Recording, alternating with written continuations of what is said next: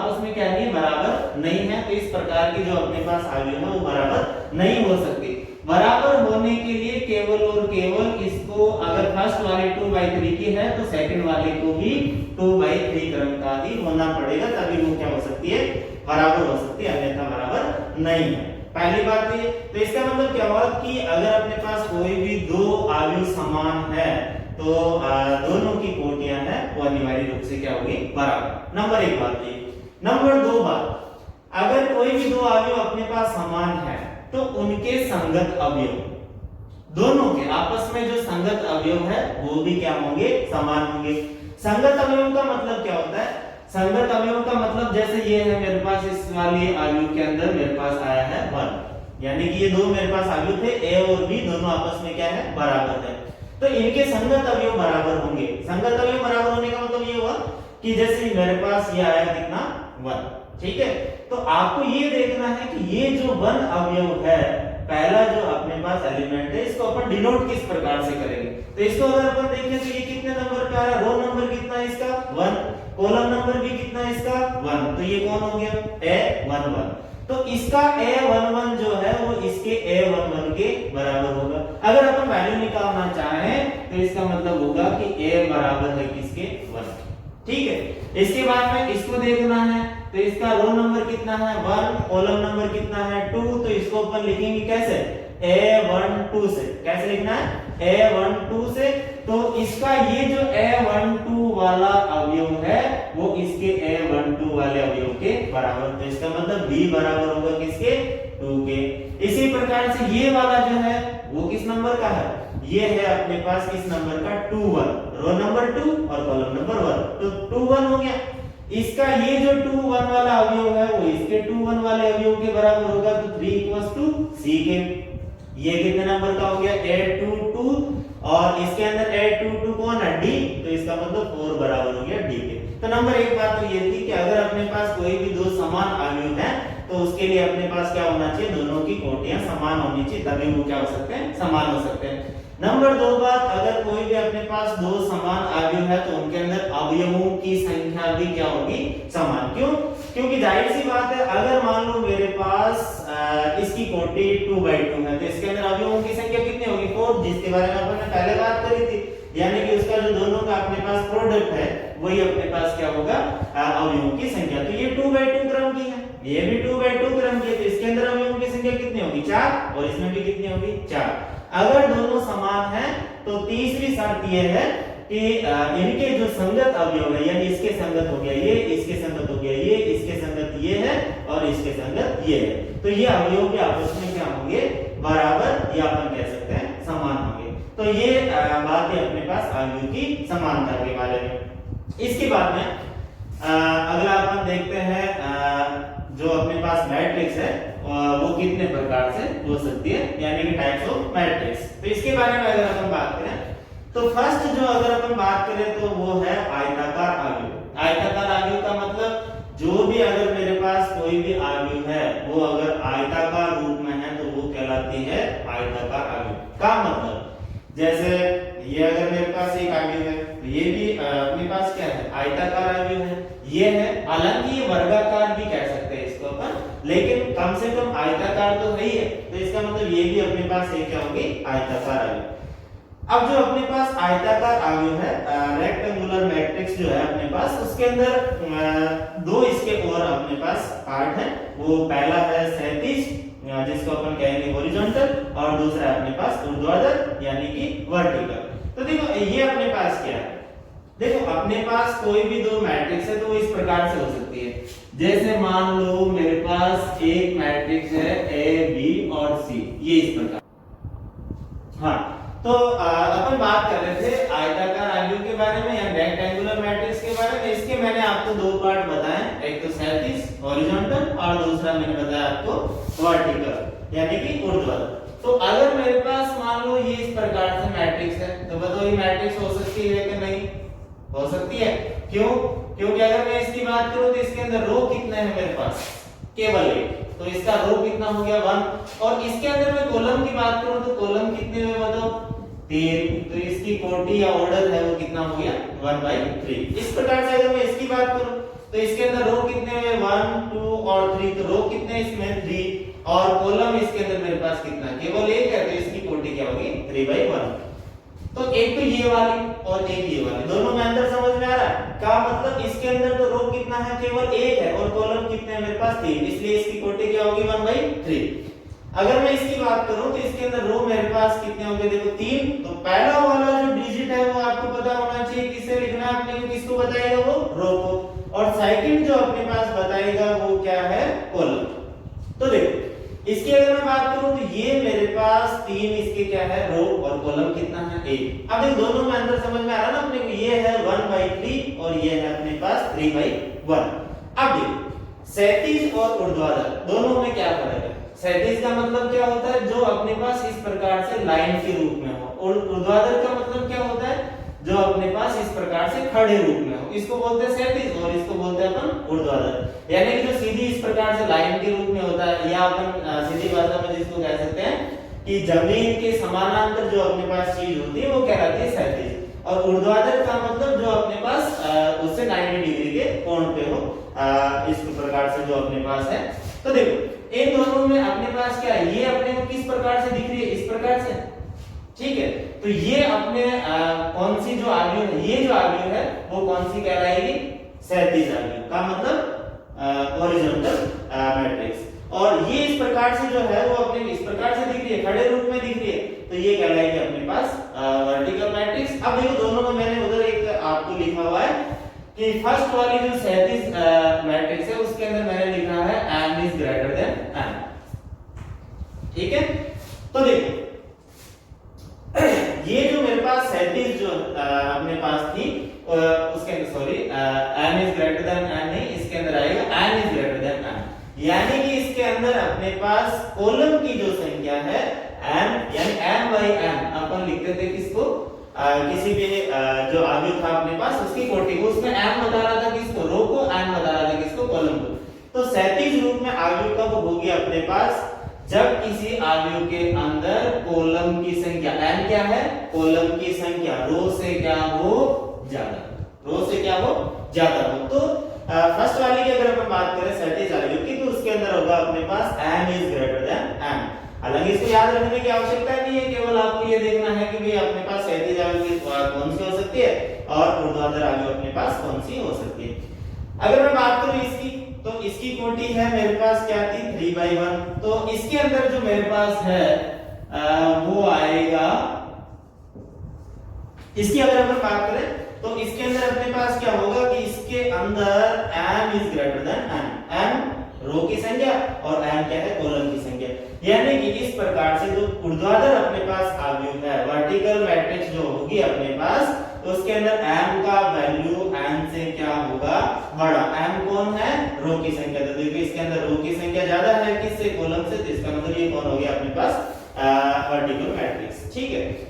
इसके बाद में अगला अपन बात करते हैं वर्ग आव्यूह के बारे में। तो देखो वर्ग आव्यूह क्या होता है, वर्ग आव्यूह का मतलब अपने पास ये है कि अगर अपने पास कोई भी मैट्रिक्स होती है उसकी जो कोटि है m/n, उसके अंदर m इक्वल्स टू हो किसके n के, यानी कि ऐसी आव्यूह जिसके अंदर रो और कॉलम दोनों की संख्या क्या हो बराबर हो, तो ऐसा जो आव्यूह है वो क्या कहलाएगा वर्ग आव्यूह कहलाएगा। जैसे मैं अगर इसकी बात करूं तो इसकी कोटि क्या है मेरे पास 2/2, तो m और n दोनों आपस में क्या हो गए बराबर।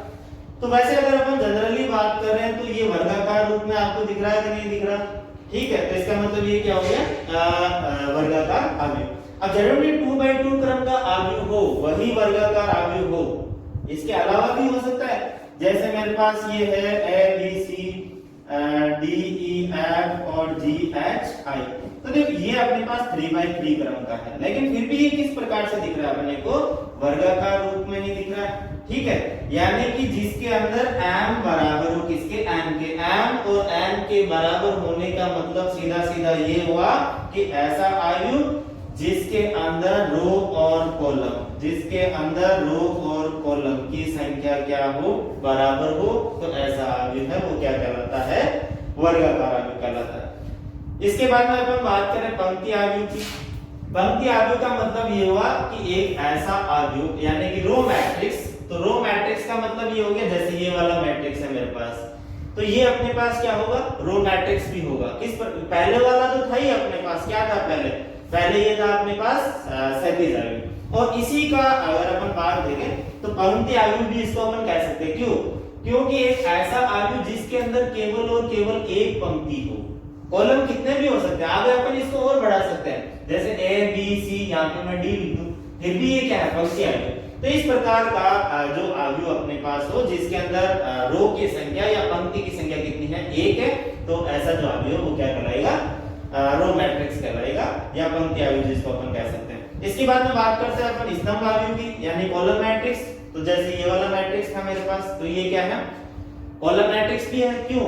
क्योंकि इसके अंदर मेरे पास कॉलम कितना है, केवल एक है। रो इसके अंदर मेरे पास कितने थे, 3, और हो सकता है और भी हो, जैसे मेरे पास यहाँ पे डी और आ जाए, तो अब इसका जो अपने पास नया क्रम है वो कितना हो जाएगा, 4/1, यानी कि इसको नीचे अपन कहीं तक भी बढ़ा सकते हैं, लेकिन इसके अंदर कॉलम अपने पास कितना होना चाहिए, एक ही होना चाहिए। तो इस प्रकार का जो आयु है वो क्या कहलाएगा, स्तंभ आयु।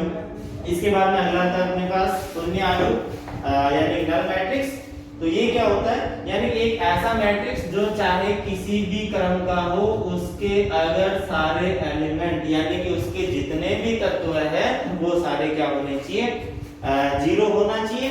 तो ऐसा जो अपने पास आयु है, अब जरूरी नहीं क्रम इसका 2/2 हो सकता है 3/3, 2/3 या कुछ अन्य भी हो सकता है। यानी कि एक ऐसा आयु जिसके अंदर जितने भी एलिमेंट है उनका सबका वैल्यू या उनका सबका मान है वो क्या होना चाहिए, 0 होना चाहिए। तो ऐसा आयु है वो क्या कहलाता है, शून्य आयु कहलाता है। इसके बाद में अगला अपन,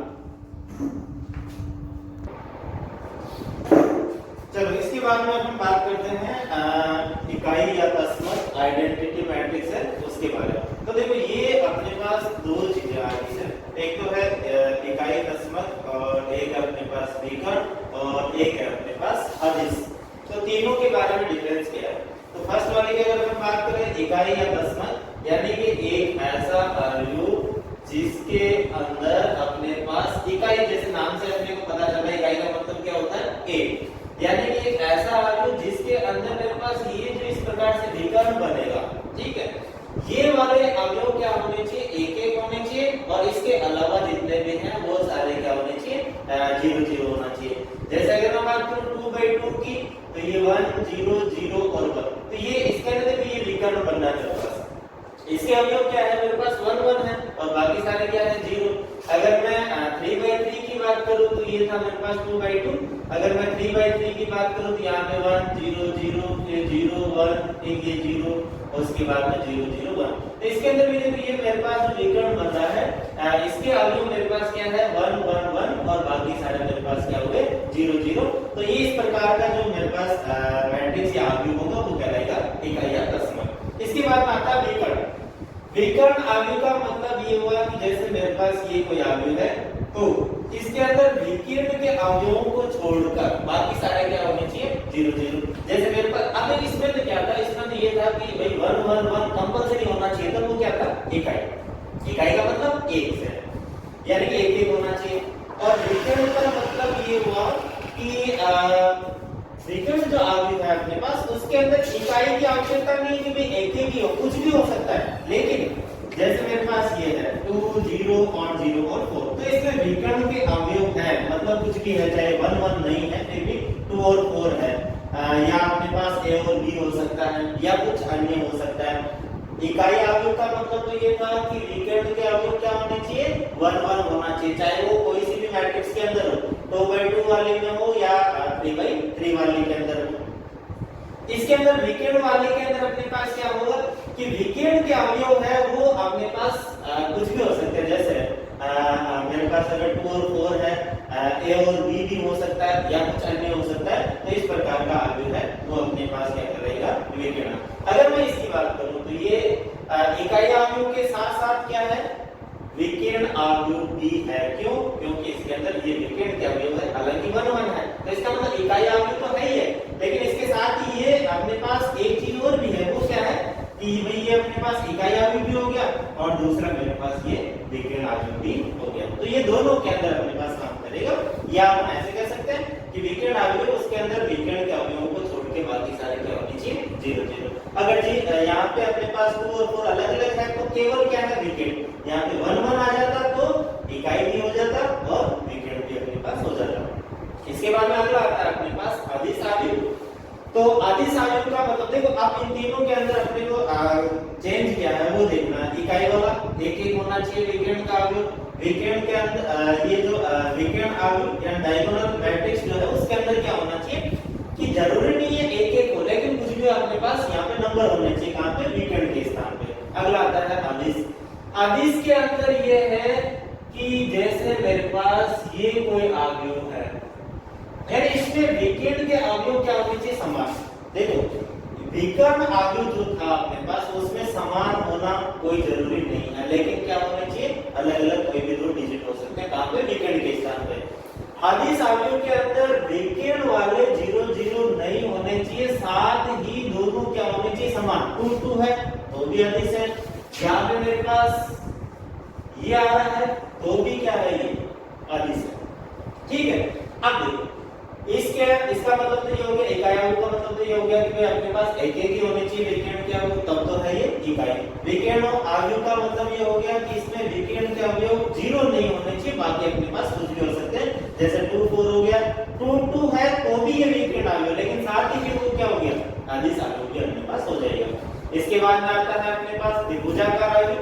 तो त्रिभुजाकार अवयव का मतलब क्या है, तो त्रिभुजाकार अवयव का मतलब अपने पास ये है कि अगर अपने पास कोई भी अवयव है तो उसके अंदर जैसे मेरे पास अगर मैं बात करूं कि ये मेरे पास एक अवयव है 2/2 क्रम का ये, तो इसके अंदर मेरे पास देखिए ये इस प्रकार से अगर मैं 0 को छोड़ दूं, इसके एक एलिमेंट को छोड़ दूं तो बाकी ये चीज मेरे पास बच गई, तो इसमें मेरे पास ये क्या बन रहा है त्रिभुज बन रहा है। तो ये ऐसा जो अवयव है वो अपने पास क्या कहलाएगा त्रिभुजाकार अवयव, यानी जिसके अंदर एक अपने पास क्या बन रहा हो त्रिभुज बन रहा हो, यानी ट्रायंगुलर मैट्रिक्स इसको अपन कहेंगे।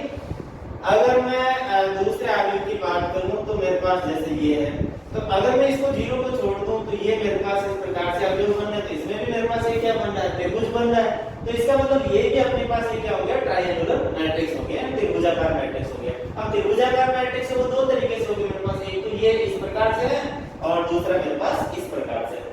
अब देखो ये अपने पास क्या होता है मैट्रिक्स का विकर्ण होता है, ठीक है। अब अगर विकर्ण से ऊपर की तरफ अपने पास ये त्रिभुज किस प्रकार से बनाना है, 0 वाले अवयवों को छोड़ के दूसरी तरफ अपने को बनाना है।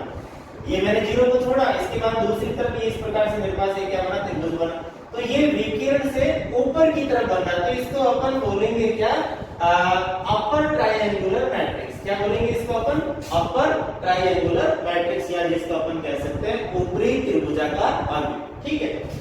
इसके अंदर मेरे पास ये जो विकर्ण है इससे नीचे की तरफ, यानी 0 को जब मैंने छोड़ा तो इसके बाद में यहाँ पे नीचे की तरफ त्रिभुज बन रहा है, ठीक है। तो ये इस प्रकार से नीचे की तरफ जो मेरे पास त्रिभुज बना है इसको मैं कहूंगा लोअर ट्रायंगुलर मैट्रिक्स। तो ये मेरे पास कहलाएगा लोअर ट्रायंगुलर मैट्रिक्स। तो ये दोनों ही अपने पास किस में आएगा ट्रायंगुलर मैट्रिक्स के अंदर आएगा, लेकिन ट्रायंगुलर मैट्रिक्स है उसके भी अपने पास 2 पार्ट होंगे, कौन सा अपर और लोअर, यानी कि विकर्ण जो अपने पास है उससे ऊपर की तरफ बनता है तो अपर कहलाएगा और इससे नीचे की तरफ बनता है तो क्या कहलाएगा लोअर कहलाएगा।